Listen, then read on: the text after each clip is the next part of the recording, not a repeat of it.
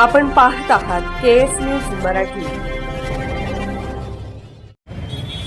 युवा प्रशिक्षणार्थींचा पुन्हा यलगार। मुंबईत आजपासून आंदोलन।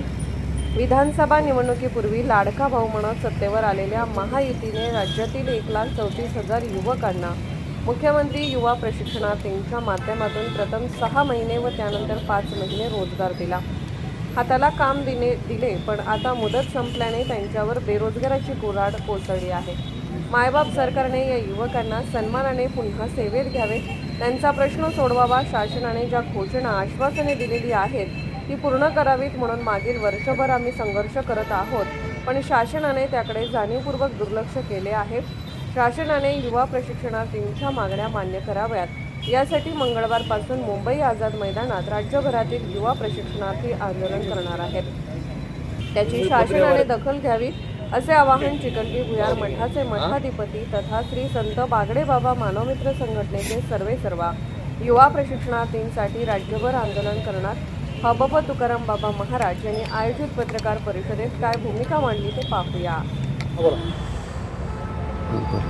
मुख्यमंत्री युवा कार्यप्रशिक्षणाच्या माध्यमातून गेले अनेक वर्ष एक वर्ष झालं सातत्यपूर्वक आंदोलन वेगवेगळे आंदोलन केले जातात। मुंबई या ठिकाणी आझाद मैदानावरती आंदोलन करण्यात आलं, नाशिक या ठिकाणी करण्यात आलं, सांगलीमध्ये करण्यात आलं, त्याचबरोबर नागपूर या ठिकाणी चॉकलेट आंदोलन करण्यात आलं।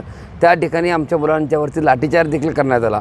एवढ्या मोठ्या परिस्थितीमध्ये असताना त्यावेळेसच तत्कालीन उपमुख्यमंत्री एकनाथजी शिंदेसाहेब यांची भेट झाली, माननीय भरतशेठ गोगावले साहेब यांची भेट झाली आणि त्यावेळेस माननीय त्या खात्याचे जे मंत्री आहेत मंगलप्रभात लोढा साहेब यांनी त्यावेळेस अधिवेशना टायमाला चांगल्या योजनेसंदर्भात माहिती देखील त्या ठिकाणी दिली गेली, पण सरकार नुसतं आश्वासन देते पण कृतीमध्ये काही करत नाही।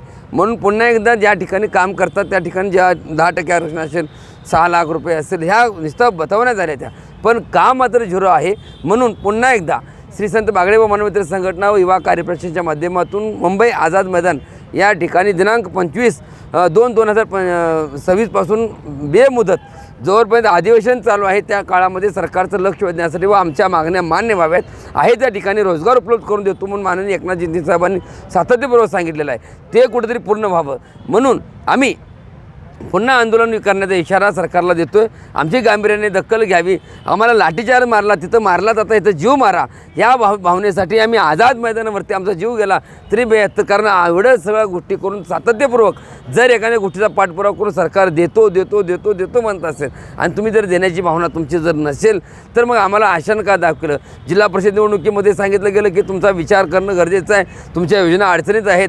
माननीय तत्कालीन मुख्यमंत्री व आताचे उपमुख्यमंत्री एकनाथ शिंदे साहेबांनी प्रत्येक ठिकाणी जिल्हा परिषद असेल, पंचायत समिती असेल, नगरपंचायत असेल, या प्रत्येक ठिकाणी सातत्यपूर्वक सांगितले गेले। मग आम्हाला ह्या मुलांना जिवंत ठेवून ह्या रोजगार मुलांना बेरोजगार करण्याचा सरकारचा काय डाटाच दिसतोय का, हे कुठं दिसत नाही। म्हणून पुन्हा एकदा आझाद मैदानावरती आमची शेवटची आरपारची लढाई, आम्हाला जोपर्यंत आमची हक्काची भाकर भेटत नाही तोपर्यंत माघारी घेणार नाही। ह्या भूमिकेवरती महाराष्ट्रातील 1,34,000 विद्यार्थी आझाद मैदान मुंबई ह्या ठिकाणी रस्त्यावर उतरणार आहेत, त्यात मात्र शंका नाही।